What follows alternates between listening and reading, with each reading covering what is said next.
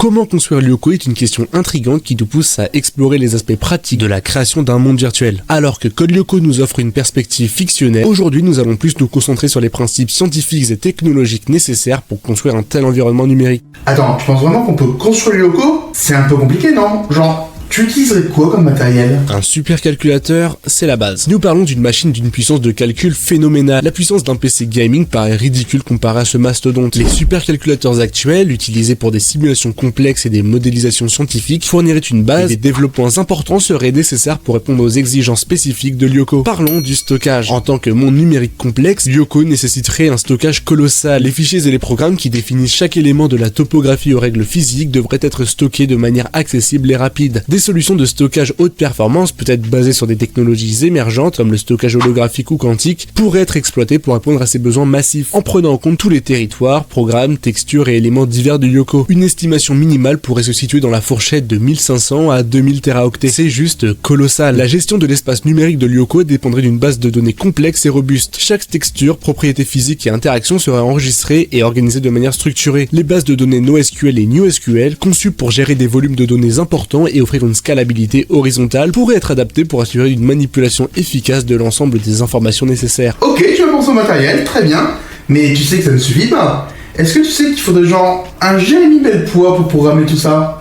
Qu'est-ce que tu ferais toi ? Lyoko nécessiterait une programmation avancée et sophistiquée impliquant des experts hautement qualifiés en informatique. Les codes élaborés pourraient être en mesure de régir chaque aspect de l'espace numérique, garantissant une émulation réaliste de la gravité, de la lumière, des textures et même des interactions avec les utilisateurs réels. Les programmeurs devraient élaborer des algorithmes complexes pour régir et maintenir la structure de l'espace numérique. Cela impliquerait la modélisation de chaque territoire avec ses caractéristiques uniques telles que la topographie, les propriétés de l'eau et les variations de gravité. La gestion de cet espace impliquerait également une mise en œuvre de mécanismes de sécurité pour prévenir toute altération indésirable. La programmation devrait simuler de manière réaliste la gravité sur chaque territoire. Ceci nécessiterait la création d'un modèle gravitationnel adapté à chaque plan, reproduisant les forces d'attraction conformément aux lois physiques. On peut aussi programmer les tours. Et qu'est-ce que c'est les tours de Lyoko ? Avant tout, les banques de données avancées opèrent avec une mission essentielle de collecte et de traitement d'informations dans les réseaux terrestres. Leurs structures complexes, combinées à des algorithmes sophistiqués, leur permettent d'explorer inlassablement les flux d'informations, identifiant sélectivement des données spécifiques selon des critères prédéfinis. Cette approche ciblée garantit une collecte efficace des informations nécessaires à Lyoko. Outre la collecte de données, les tours jouent un rôle crucial dans la récupération d'énergie. Utilisant des mécanismes d'induction électromagnétique, elles exploitent des variations de flux magnétiques dans les réseaux terrestres pour générer une énergie électrique utilisable. Ces tours sont équipées de bobines spéciales qui captent ces variations, assurant ainsi un approvisionnement constant en énergie pour alimenter Lyoko. Les tours maintiennent une synchronisation constante pour ajuster leur activité en fonction des fluctuations et des données d'énergie. En combinant ces éléments, les tours de Lyoko agissent comme des centrales de collectes intelligentes, utilisant des technologies avancées pour extraire des informations précises et fournir une source d'énergie essentielle pour le fonctionnement de Lyoko. Elles interagissent également entre elles, en particulier les tours de passage. Ces dernières établissent les liens spécifiques avec d'autres tours, facilitant la communication à l'intérieur du réseau de Lyoko. Lorsqu'on pénètre une tour de passage et qu'on se laisse transporter dans le flux de données, on peut être dirigé vers une autre tour. Ce réseau de tours crée une communication fluide à sens unique entre différents points de Lyoko. Justement, parlant de ce rendu visuel, savoir programmer c'est très bien, et comment tu vas modéliser et texturer tout ça ? La modélisation 3D impliquerait la création d'objets tridimensionnels à l'aide de polygones et de maillages. Les équations mathématiques décrivant la géométrie des territoires seraient utilisées pour définir la forme exacte des montagnes, des déserts, des forêts et des banquises. Des techniques avancées telles que la subdivision de surface pourraient être appliquées pour obtenir des résultats plus fins. Pour rendre les territoires visuellement convaincants, des algorithmes de rendu graphiques avancés seraient nécessaires. Ces algorithmes prennent en compte les interactions de la lumière avec la surface des objets, simulant des effets tels que les ombres, les reflets et les jeux de lumière. Les textures appliquées aux surfaces des territoires jouent un rôle crucial dans l'immersion.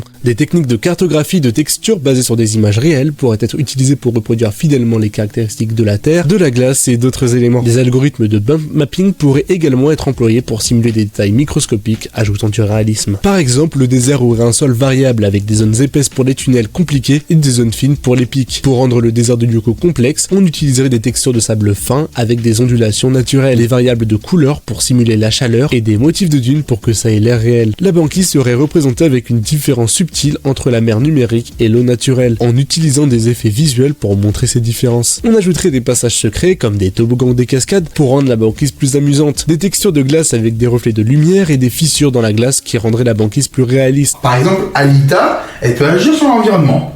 comment tu t'occupes de ça? La technologie Géomode permet la modification en temps réel de l'environnement virtuel. Elle serait une pierre angulaire dans la construction de Lyoko. Des ingénieurs spécialisés devraient se pencher sur le développement de cette capacité révolutionnaire. L'objectif serait de permettre aux utilisateurs de manipuler et de transformer l'espace numérique en fonction de leurs préférences et besoins. En gros, c'est l'équivalent du role mode sur Discord, mais tout en respectant les contraintes de sécurité pour éviter tout dysfonctionnement ou altération excessive de l'environnement virtuel. Justement, en parlant de sécurité, c'est pas trop le fort de Jérémy dans Code Lyoko. Toi, qu'est-ce que tu ferais pour éviter les attaques de Xana ou les attaques de hackers, tout simplement? Pour se protéger des hackers, la sécurité occuperait une place centrale dans la construction de Lyoko. La mise en place de systèmes avancés de sécurité serait impérative pour prévenir toute intrusion non autorisée ou altération indésirable de l'espace numérique. Des protocoles sophistiqués de cryptage, de pare-feu et de détection d'anomalies seraient nécessaires pour garantir l'intégrité du système. Et évidemment, un mécanisme de réinitialisation devrait être élaboré, s'inspirant du concept de la mère numérique de Lyoko. Ce mécanisme permettrait de restaurer l'environnement virtuel à son état initial en cas d'incident majeur, assurant ainsi la réversibilité du système. Cette fonctionnalité jouerait un rôle clé pour maintenir la stabilité et la cohérence de l'espace numérique, offrant une solution de secours en cas de compromission de la sécurité. Et maintenant qu'on a construit Lyoko, comment y envoyer des gens? Pour le savoir, on vous invite à regarder notre vidéo sur le sujet. Comme on l'a vu, la construction de Lyoko dans le monde réel serait à la fois un défi colossal et une entreprise révolutionnaire, repoussant les limites de la technologie numérique. Ouais, et ça ne nous empêche pas de rêver. Bon, mais maintenant, il faut juste que je trouve un super calculateur. Et le temps que je fasse ça, je vous invite à venir voir ma chaîne avec les décodes Lyoko.